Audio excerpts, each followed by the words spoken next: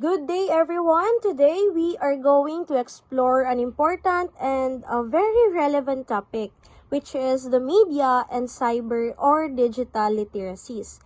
In our modern world, we are surrounded by media, from social media posts to TV news, advertisements, and online videos. But have you ever asked yourself, how do I know if the information I see is true? How do I avoid being misled by fake news or biased media? How can I create responsible and meaningful content? So this chapter will help us answer these questions by teaching us how to think critically about the media we consume and create. Now let's proceed to our objectives. At the end of this discussion, the class should be able to develop a working understanding of media and cyber or digital literacy and how they relate to one another, appreciate the importance of developing media and cyber or digital literacy both in ourselves and one another in the information age, and realize that practical steps must be taken to develop these literacies early in children and cannot wait until they are older. Now, to start with, let's first define media literacy in simple terms. So, media literacy is the ability to access, analyze, evaluate, and create media messages. It helps us think critically about the information we consume and share, whether from TV, social media, newspapers, or even online videos. So to understand this concept better, let's look at how some experts have defined media literacy.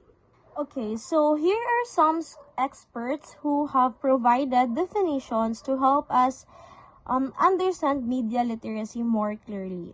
So first is Kreis and Potter in 1998 defined media literacy as the ability to access, analyze, evaluate, and create messages across a variety of contexts. Now, to explain this, let's break it down one by one. Okay?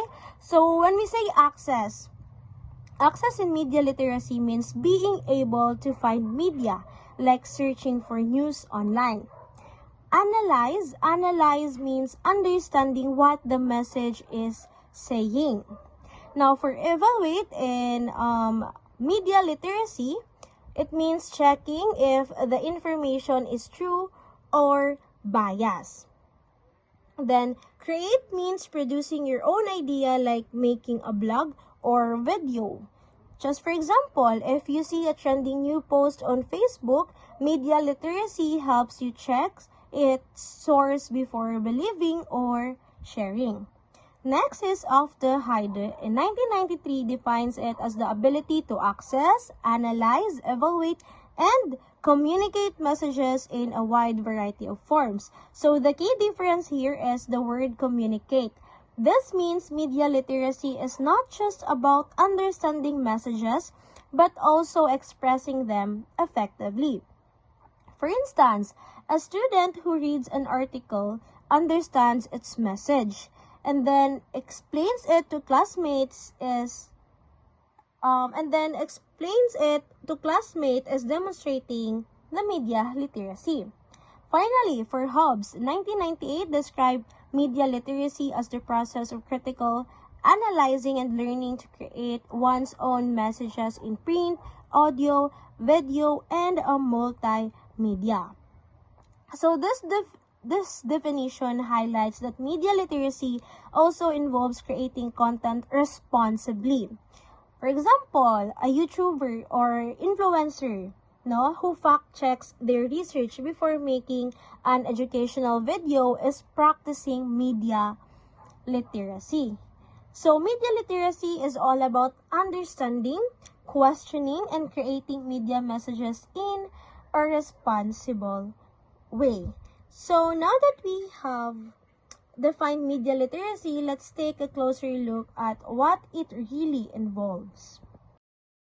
Okay, so according to Common Sense Media, media literacy is the ability to identify different types of media and understand the messages they are communicating. So media comes in many forms, no? Television, radio, newspapers, magazines, books, flyers, social media posts, and more. Okay? So each of these media types delivers messages. But here's something important to remember, no? That every piece of media was created by someone and it has a purpose. Some media inform like news articles, some entertain like movies, some persuade like advertisements, and some educate like textbooks. Okay? So imagine seeing a billboard, no, advertising a new soft drink. So the media type obviously is billboard. So the message might be that the drink is refreshing and trendy. So the reason for creating it is to convince people to buy the product. So this is why media literacy is important, as it helps us not just consume media but also question and understand the messages behind it. Now let's explore why media literacy matters in our daily lives. So now that we understand what media literacy is, let's take a step further and look at how media literacy education started and why it became necessary. So according to Boyd 2014, media literacy education first emerged in the United States and the United Kingdom due to a war propaganda in the 1930s and the rise of advertising in the 1960s. So during wartime, the governments used media to influence people's thoughts and actions, shaping how they viewed the enemy and the war itself. So later, in the 1960s, companies started using media, especially advertisements, to persuade people to buy products, sometimes by exaggerating claims or playing on emotions. So because of these influences, people needed the skills to recognize bias, falsehoods, and half-truths in print, radio, and television. So this led to the birth of media literacy education, which teaches us to think critically about media messages rather than just accepting them at face value. So again, according to of der Heide in 1993 and Hobbes 1998, when educators met at the 1993 Media Literacy National Leadership Conference in the U.S., they could not agree on a single approach to teaching media literacy. However, they did identify 5 essential concepts that are necessary when analyzing media messages. So, what are these key concepts that helps us understand and evaluate media? Let's go over them one by one. So now that we understand why media literacy education is important, let's explore the 5 essential concepts that helps us or analyze media messages effectively. So these concepts guide us in questioning and interpreting the media we encounter every day. So first is media messages are constructed. So media messages don't just appear, they are created by individuals or organizations with specific intentions. For example, a news article is written by a journalist who chooses which facts to highlight, which sources to include, and how to frame the story. So this means the final message is shaped by the journalist's choices. Next is media messages are produced within economic, social, political, historical, and aesthetic context. So, every media message is influenced by money, which is economic, society, which is social, government, which is political, and history, which is historical, and lastly, artistic style, which is aesthetic.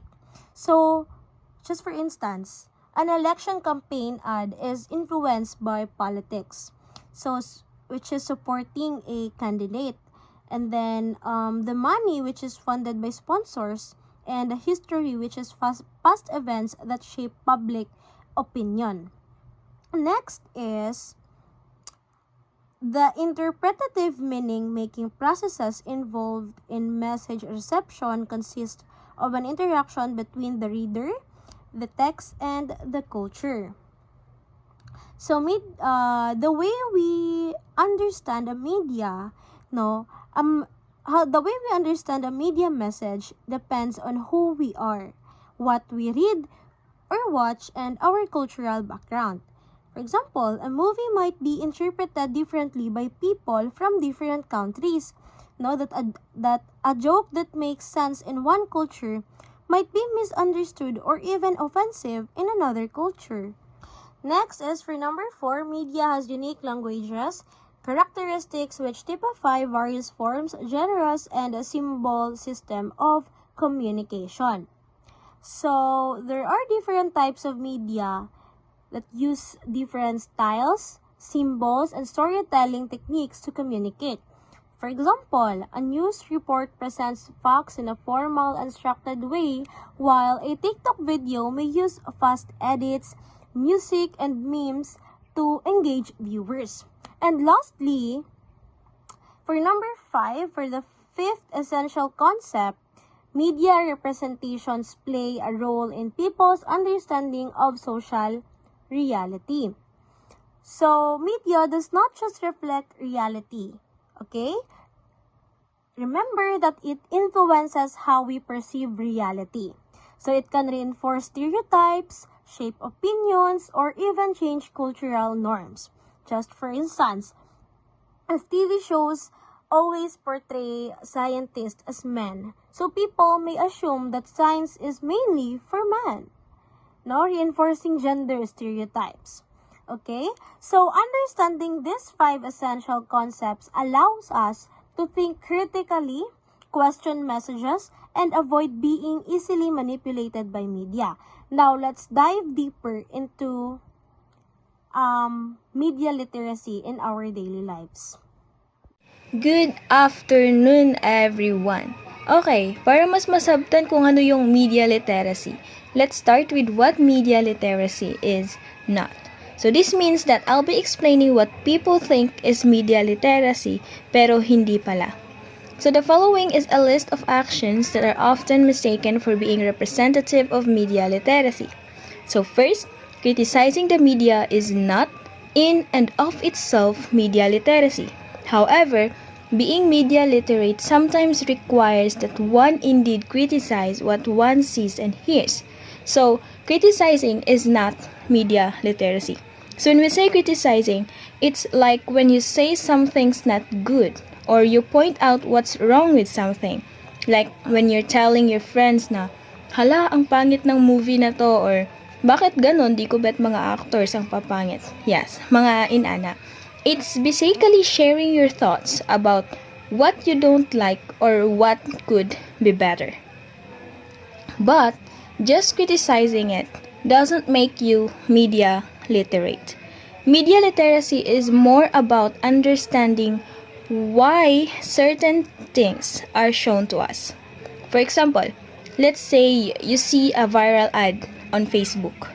Media literacy means you don't just criticize the ad, but also ask questions like kinsa may naka-imbento ani nga ad, or kung unsa ang message nila, or kung kinsa ang ilang target market. So inana dapat ang media literacy dili kay kanang i-criticize nimo kung unsa man na. And next, merely producing media is not media literacy.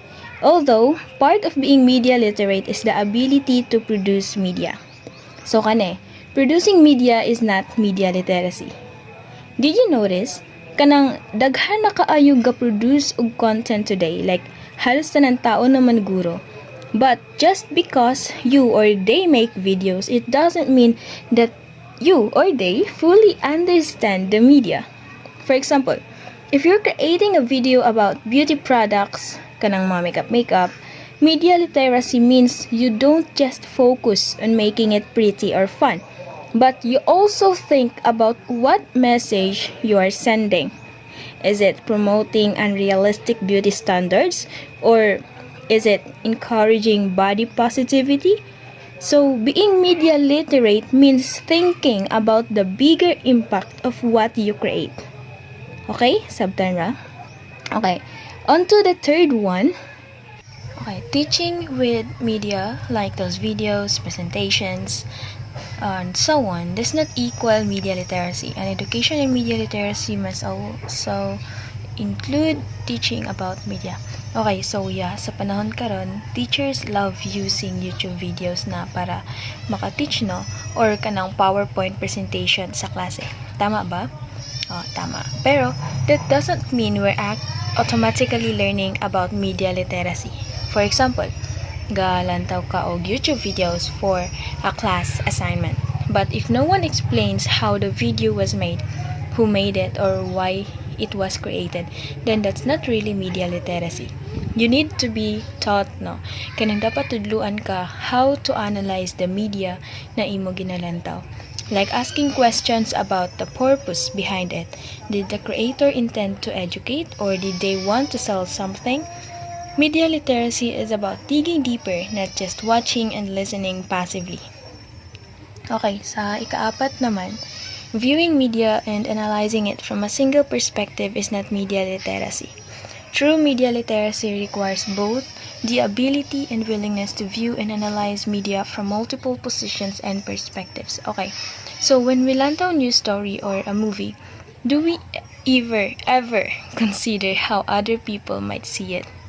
For example, if you're watching a news story about a political issue, which is nagakahitabo man na karon kay hapit na election, don't just think about it from your perspective, okay?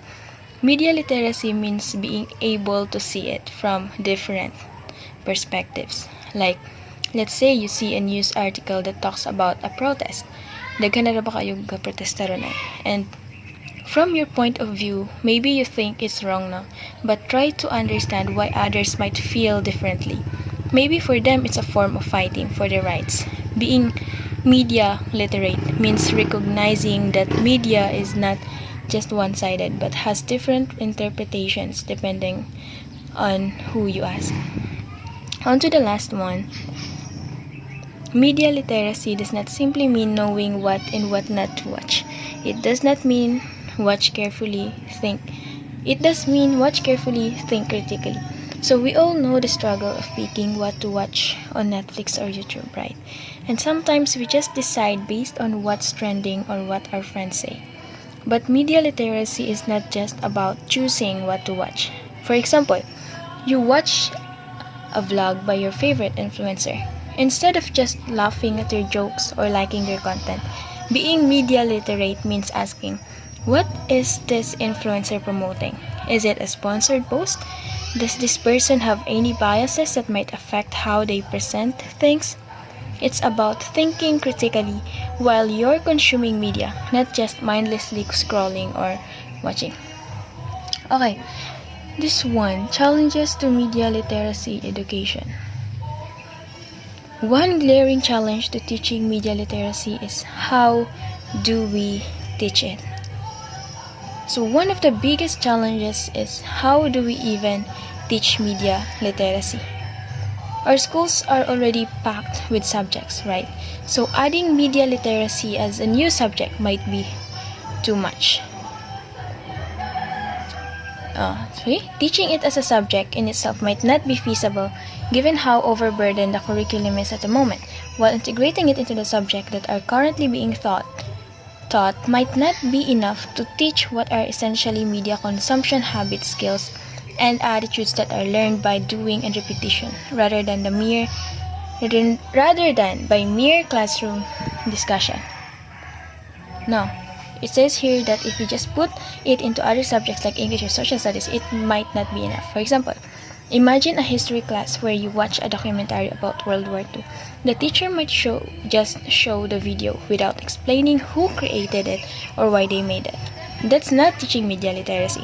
We need to practice to repeat and analyze the media, not just consuming it. It's like learning how to swim. You need to actually get into the water, not just talk about it. And next, Livingstone and Van der Graaf identified how to measure media literacy and evaluate the success of media literacy initiatives as being one of the more pernicious challenges facing educators in the 21st century, for the simple reason that if we cannot somehow measure the presence of media literacy in our students, how do we know we have actually taught them? So another problem, how do we know if we're really learning it or a student really learning it? So we can just give a test about media literacy like we do with math or science, okay? Media literacy is about thinking critically and developing habits. So it's hard to measure with just grades. For example, if a student watches a documentary on climate change, how do we know they're not just memorizing facts?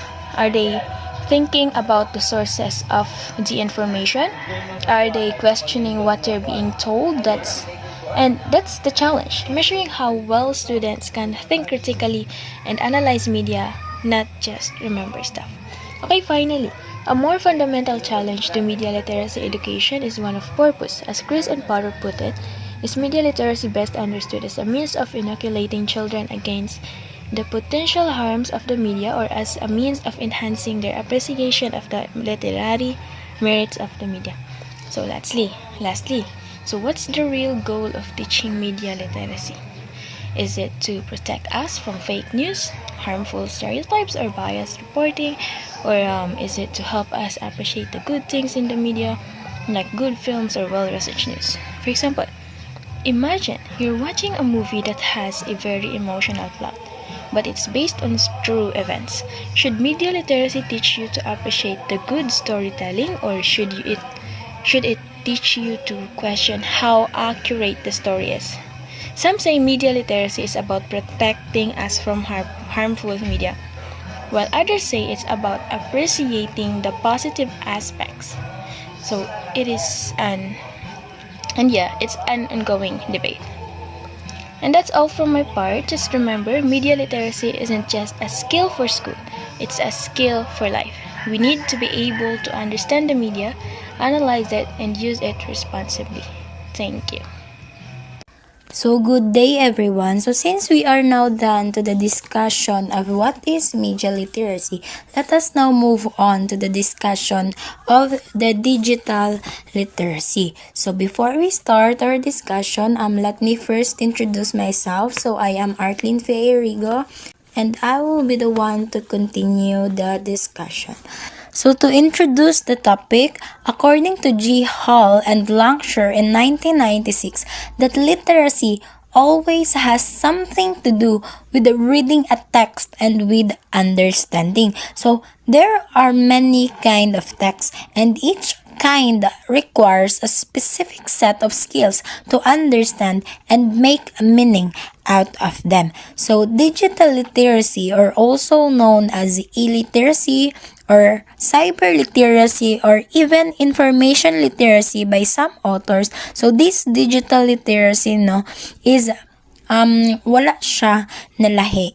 Although now we are now in the 21st century, kaya ang text is pwede na maging images, sounds, video, music, or combination of them. So this literacy still requires reading, understanding, and different skills to its different kinds or different skills to access different digital platforms. So, according to Eschel Alcalay 2004, so the digital literacy can be defined as the ability to locate, evaluate, create, and communicate information on various digital platforms. So, to put more broadly, it is the technical, cognitive, and sociological skills needed to perform tasks and solve problems in digital environments. So, when we say digital literacy, it refers to the ability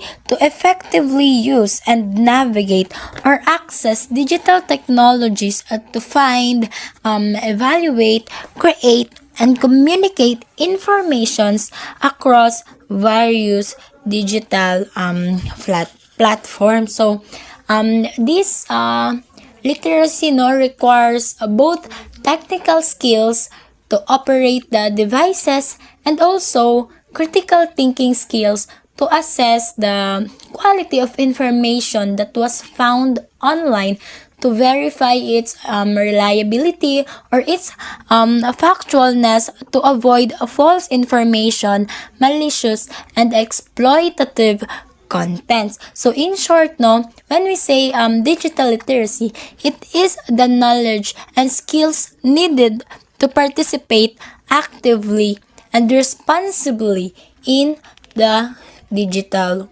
world. So moreover, digital literacy finds its origin in information and computer literacy. So much so that the skills and competencies listed by Shapiro and Hages in 1996 in the curriculum they envisioned to promote literacy should sound very familiar to readers today. So according to Shapiro and Hages in 1996, that the key skills and competencies for information literacy includes 6 skills. So those are the tool literacy, resource literacy, social structural literacy, research literacy, publishing literacy, and critical literacy. So we will be going to discuss it one by one. So first, the tool literacy. So the tool literacy, it is the competence in using hardware and software tools. So for example, utilizing search or utilizing online search engines or managing files on a computer system. So when we say tool literacy, it is the capability of using not just software tools like programs or applications on a computer, but also hardware tools like screwdrivers, cable ties, or the tools to use in repairing computers. So that is tool literacy. So the next one is the resource literacy. So resource literacy, it is understanding forms of and access to information resources. So when we say resource literacy, it refers to the ability of knowing how to identify different types of sources like books, journals, databases, and websites, and also understanding if where to find them in online platforms. So that is resource literacy. So the next one we have here, the social structural literacy. So social structural literacy, it is understanding the production and social significance of information. So it is the ability to critically evaluate information by considering its social and cultural context. So for example, identifying potential agendas behind the certain news stories, or we critically analyzed the information based on the social context in which it was produced. So it is more on understanding the production and social significance of the information. So that is social structural literacy. So we have here the next one, which is the research literacy. So when we say research literacy, it is using IT tools for research and scholarship. So when we say research literacy, it is the ability to understand and utilize information technology tools to conduct research. Also, it includes the skills needed to access, evaluate, and interpret primary research literature within a specific field. So for example, from simple searching academic databases, or to critically evaluating the methodology of the study. So that is what we call research literacy. So we have here the next one, which is the publishing literacy. So when we say publishing literacy, it is the ability to communicate and publish information, emerging technologies, literacy, understanding of new developments in IT. So publishing literacy refers to the ability to format and disseminate research findings electronically. So it includes the knowledge of how to publish work in appropriate formats across different platforms. So like in online journals, blogs, or in website. So in short, when we say publishing literacy, it is the ability to produce a text or multimedia report of research results in or across different platforms. So the next one, which is the last skill, is the critical literacy. So when we say critical literacy, it is the ability to evaluate the benefits of new technologies. So note that this literacy is not the same as critical thinking, which is often regarded as a component of information literacy. So why? It is because critical literacy is focuses on examining how power dynamics, social issues, and biases are represented within text, particularly in looking at language in its impact on readers. So unlike in critical thinking, that which is it is a broader skill that can be applied to any situation. So, for example, like evaluating information and reasoning logically without necessarily centering on textual analysis and social power dynamics. So in short, when we say critical literacy, it refers to the ability that not only read and comprehend text but also to actively analyze and critique the underlying messages or the power dynamics, how may power is distributed and exercised within the context and social context that is embedded within a text. So that is what we call critical literacy. So for the next slide, so the term digital literacy is not new because as early as the year 1995 pa lang is naanay nagagamit sa or nag-describe sa digital literacy, or although nga wala niya gidefine ang mismong word or ang mismong digital literacy, but gidefine niya kung unsa ang digitally literate person. So that is according to Lanham, So according to Lanham, the digitally literate person is defined as the person that was being skilled in deciphering and understanding the meanings of images, sounds, and the subtle uses of words so that he or she could match the medium of communication to the kind of information being presented and to whom the intended audience is. So, di ba dili na jud bag-o ang term nga digital literacy because 1995 na lang is naanay nagagamit or naanay naga-define ani.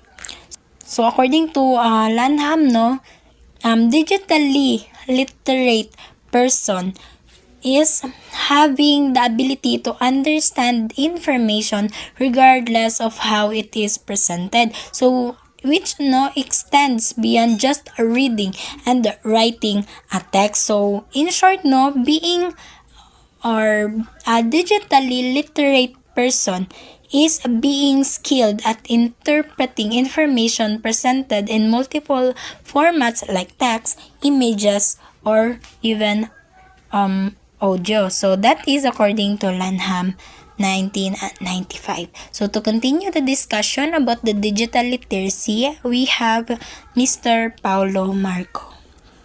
Good day everyone. So today I'm going to discuss the digital literacy according to Paul Gilsler 1997. So he formally defined digital literacy as the ability to understand and use information in multiple formats from a wide range of sources when it is presented via computers, explaining that not only must a person acquire the skills of finding things, he or she must also acquire the ability to use these things in life. Meaning to say that digital literacy involves not only having understanding on how to find information online, but also critically evaluating its credibility using different types of digital tools effectively for research and communication, and being aware also of digital ethics and security issues. So next slides. Okay, according to Bowden 2008, collated the skills and competencies comprising digital literacy from contemporary scholars on the matter into 4 groups. So first, let's define the underpinnings. So this refers to the foundational skills and competence that form the basis for digital literacy. These are the essential skills that support more advanced and digital skills. For example, the traditional literacy or the ability to read and write, and computer or ICT literacy, the ability to use computer and technology in daily tasks. So these two are crucial to digital literacy. Without these basic skills, it's challenging to fully engage with or understand more complex aspects of digital environments, such as navigating online information, evaluating its reliability, or even creating digital content. Okay, next we have the background knowledge tool. Background knowledge in digital literacy refers to knowing where to find information, how it is stored, and how it is shared.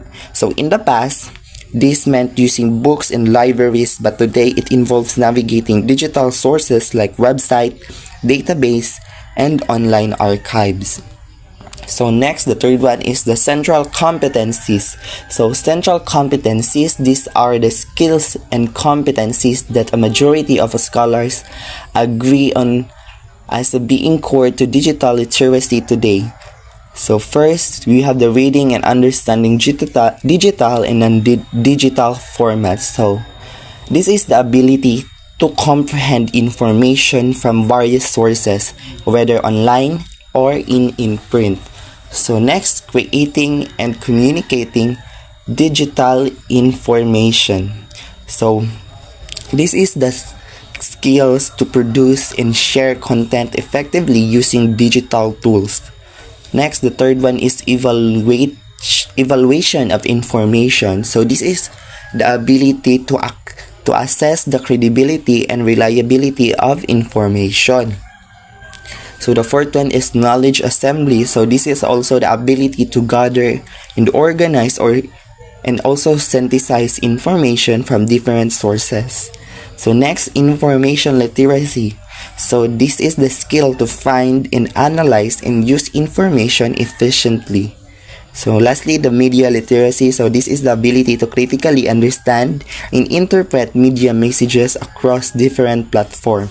So these competencies form the foundation of digital literacy, helping individuals to navigate and engage effectively in the digital world.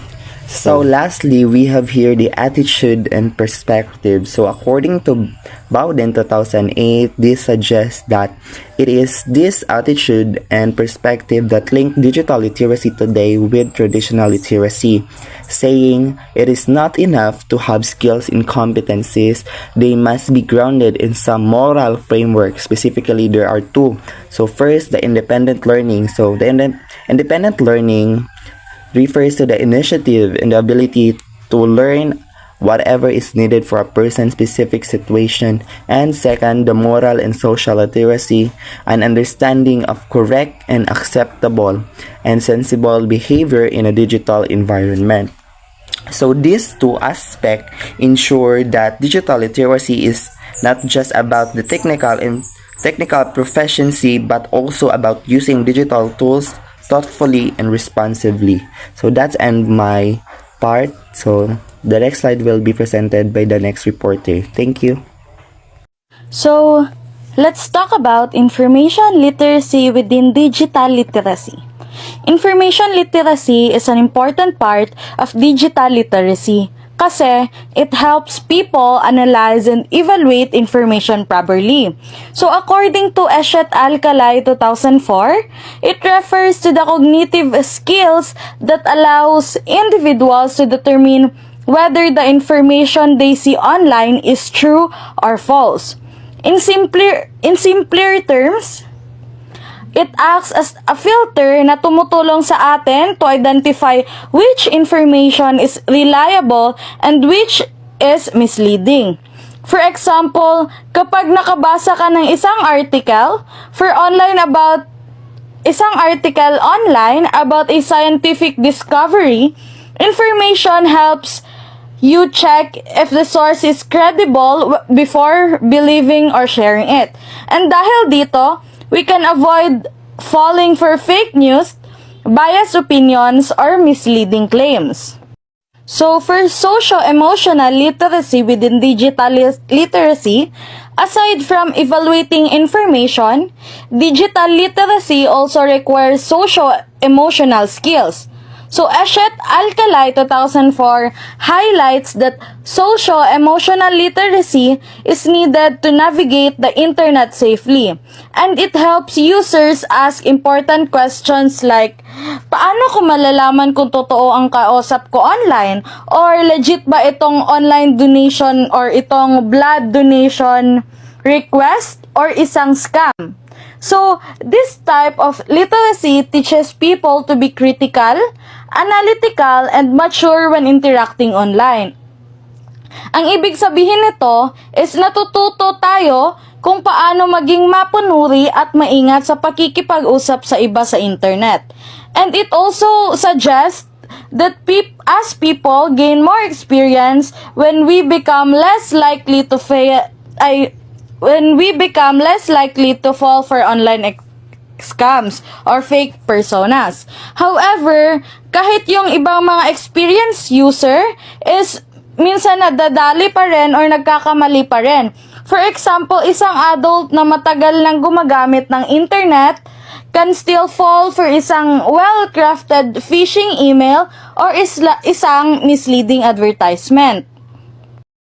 So, a digitally literate user is someone who knows how to use technology wisely and responsibly. They understand kung paano gumagana ang online world at marunong sila umiwas sa scams, fake news, at iba pang online dangers. So, since familiar sila sa ugali ng mga tao sa internet, madali na lang nilang nadidetect ang misleading information or suspicious activities.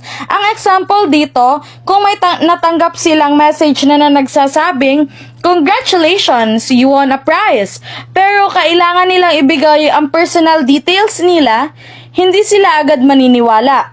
Instead, they will check first kung scam ito bago mag-decide kung ano ang gagawin.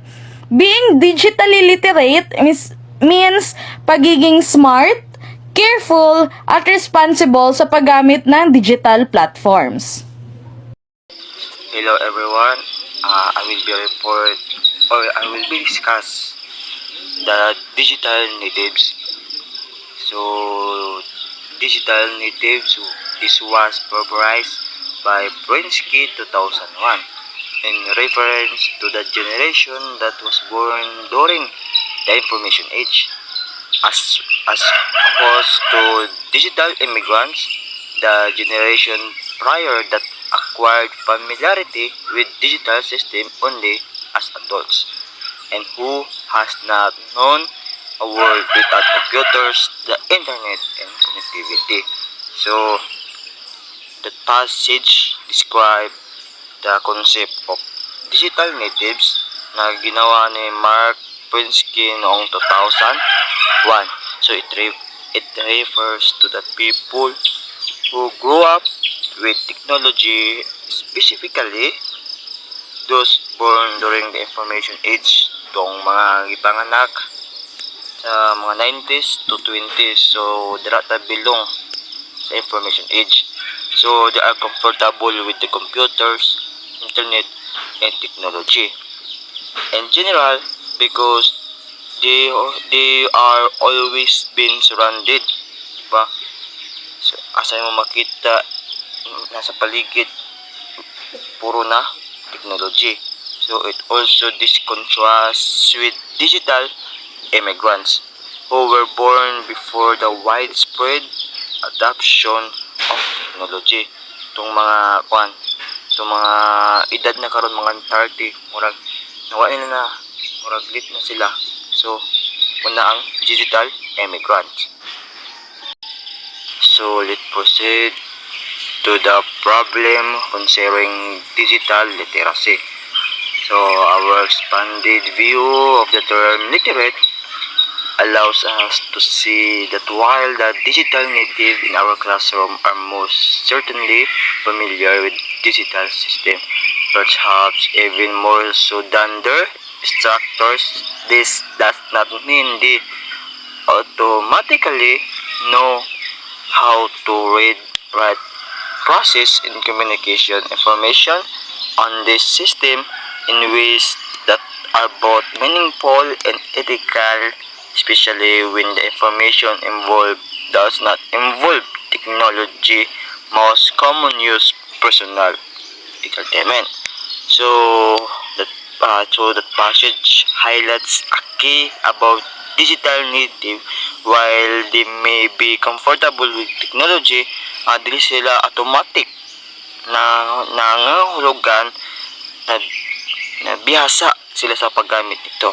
So maybe they are comfortable but not skilled, diba?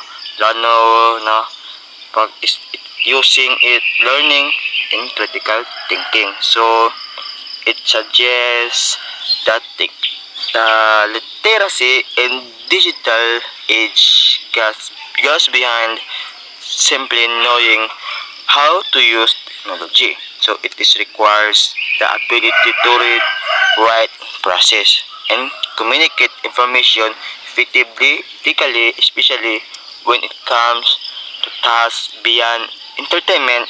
So ibig sabihin nito ay being able to critically evaluate information, understand and application, and use technology responsibility. So na ay responsibility sa paggamit sa isa ka technology. So number 2, another problem concerning digital native, the misconception that everyone belonging to the generation is on more or less equal footing in regard to digital literacy. So, although the drawing of such conclusion is understandable, giving the ambiguity of digital technology in the internet, it is nonetheless mistaken, as no one is truly born digital. Instead, the determining factor in access to education and experience, children born to poorer family with naturally seamless digital literate for lack of access to the technology and education. Instead, technologies was those born to privileged families will display more to the literacy discussed earlier. So, number 2, the passage points out of the idea of born digital as misleading. So, not all digital native are equally or it comes digital literate. So, ang author ay pinaglaban niya na that access to technology and education are the real determined factors, diba? So, children from less privilege, mga families, kulang sila sa pag-access sa technology and digital education is tungod ani siya na ay gap in their digital skills compare sa mga those who was from more privileged backgrounds, diba? Nako jud kayo ah comparison ang duwa. Ang isa na buhi sa di sikat ang technology o ang digital technology. So ang isa is ako kang impact sa technology. So dire ang comparison is layo ra kayo. So ibig sabihin na ang digital literacy is not about birth year or kas aka panganak. So karon we are belong in digital information age, di ba? So maski unsa pa ka year ang gipanganak na agid na digital literacy. So that's why some family lack of access in digital literacy. It is because of the opportunity and resources. So that's all to my report. Thank you. Hello everyone, today I will be tackling challenges to digital literacy education. Digital literacy education shares many of the same challenges to media literacy, for example. How should it be taught? How can it be measured and evaluated? Should it be taught for the protection of students in their consumption of information? Or should it be to develop their appreciation for digital media? So, Brown also noted that despite the global acknowledgement that digital literacy education is a need, there is as yet of no overarching model or framework for addressing all of the skills deemed necessary. Put simply, there is no single and comprehensive plan anywhere for teaching digital literacy the way it should be taught. So it says here that digital literacy education is all about teaching people kung paano gumamit ng digital tools, paano maghanap at mag-verify ng information online, at paano maging responsible sa paggamit ng digital media. Pero may mga challenges or problems tayong kailangang i-face pagdating dito. First is paano ito ituturo. For example, sa isang school, dapat bang may separate subject para sa digital literacy? Or dapat ba itong isama sa iba pang subjects tulad ng English or social studies? Second is, paano ito susukatin? Kung sa math, may test para malaman kung marunong ka mag-add o multiply, paano mo susukatin kung digitally literate na ang isang tao? Third is, protection versus appreciation ng digital media. May dalawang main goals ang digital media or digital literacy. Una, matututunan ng students kung paano protektahan ang self nila sa maling information at cyber threats. Second is, dapat din nilang ma-appreciate ang magagandang bagay na dulot ng digital media, like online learning, job opportunities, and instant communication. Walang isang model o guide sa pagtuturo. So, based kay Brown, no, kahit na alam nating important ang digital literacy, wala pang universal or standard way para i-teach ito. Next is, teach media and digital literacy integrally. Any attempt to teach these principles must first realize that they cannot be separated from context, meaning they cannot be taught separately from other topics. Critical thinking requires something other than itself to think critically about and thus cannot develop in a vacuum. Similarly, developing a moral framework within students cannot be taught via merely talking about it. So, it means that hindi natin dapat ituro ang media at digital literacy bilang isang separate subject lang. It means dapat ito ay konektado sa ibang lessons na natututunan natin sa iba't ibang subjects. Hindi ito dapat ituro na parang, ito ang digital literacy, tapos na. Dapat kasama ito sa ibang subjects. For example, sa English class. Pwedeng ituro ang pagsusuri ng sources para malaman kung totoo o hindi ang isang article online.